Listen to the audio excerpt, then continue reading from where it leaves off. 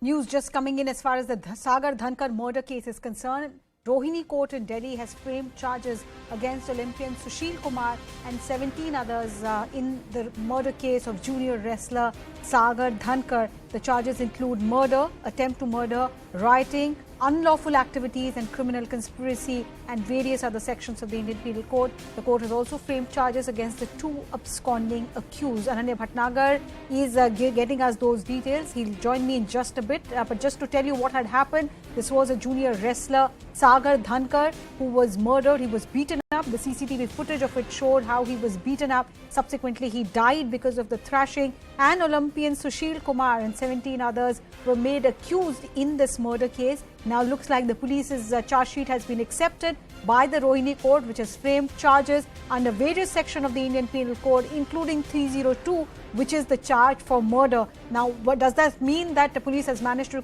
submit enough prima facie evidence to show that this was a well-planned conspiracy? That we'll have to wait and see. But this is what the charges say. The framing of the charges are on sections of murder, attempt to murder, rioting, unlawful activities, and also 120B of IPC, which is the relevant charge for criminal conspiracy. At least two people are missing in this case, and this case in a way blew the lid off the gangs that exist in Delhi. The gang rivalry was made one of the reasons that the police mentioned was the reason why it led to the death of this young wrestler. Ananya Bhatnagar is with me on the phone line. So Ananya, charges framed, have the accused, including Olympian Sushil Kumar, pleaded not guilty?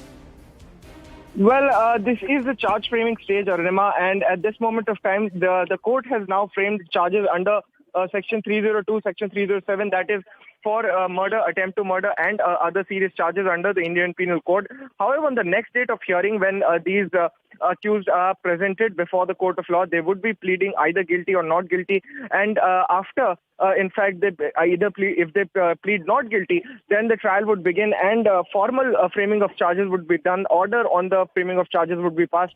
But at this stage of time, only charges have been framed against the accused person under sections of 302, 307 and others. And in fact, against two accused also, charges, absconding accused also, charges have been framed by the court too.